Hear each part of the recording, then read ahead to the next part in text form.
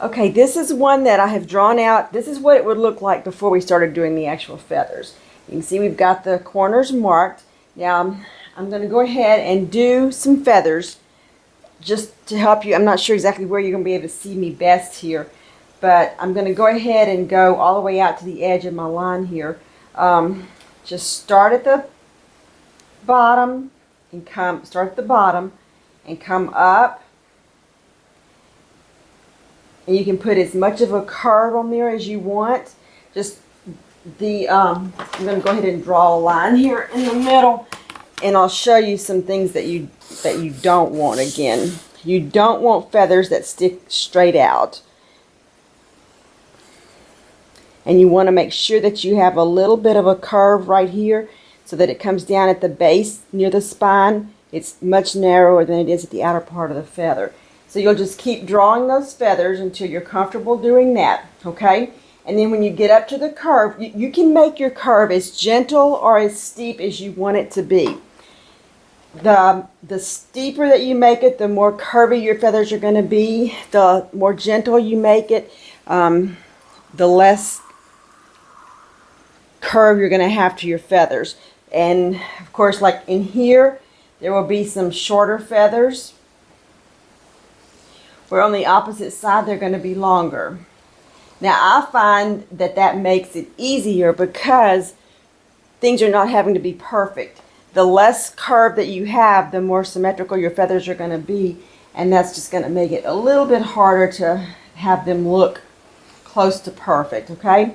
Now the corners are where most people are going to struggle. So practice that area, and even if you have to just draw out some corners without doing the rest of the border, go ahead and do that.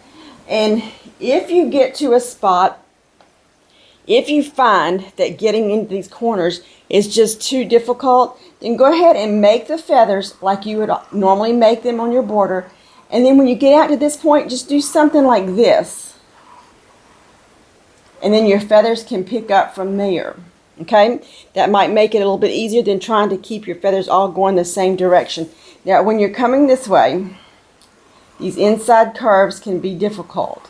And by using this diagonal line, then when you get to that, see what I'm doing there? I'm working up to that line, because otherwise you might have a feather that would come across and look like this. Well, if it gets that big, then it's going to be too hard to shape your feathers coming around.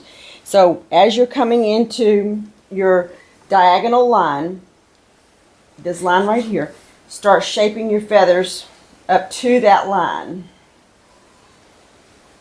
And then when you get up there, you can make a feather that kind of comes down to reach out, to go over that area. Okay? Does that make sense? Send me email if some of this isn't making sense. Now, you've seen the video, you've seen the video where I quilted this section. Now the next section that we're going to quilt is that 2-inch section. And what I'm going to do there is I'm going to make feathers that are just one-sided. You'll pretend like the inside line is your spine. So we're going to have basically a half of a feather. And we're going up.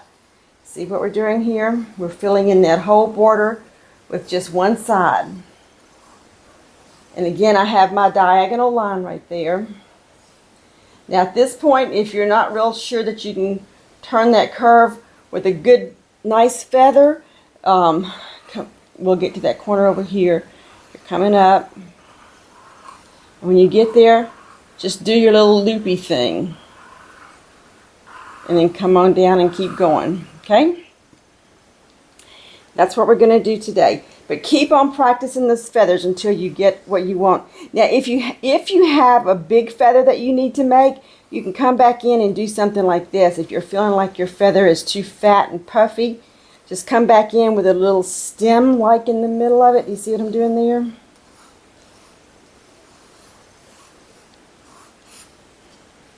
Okay? The next video will be some stitching out on the machine.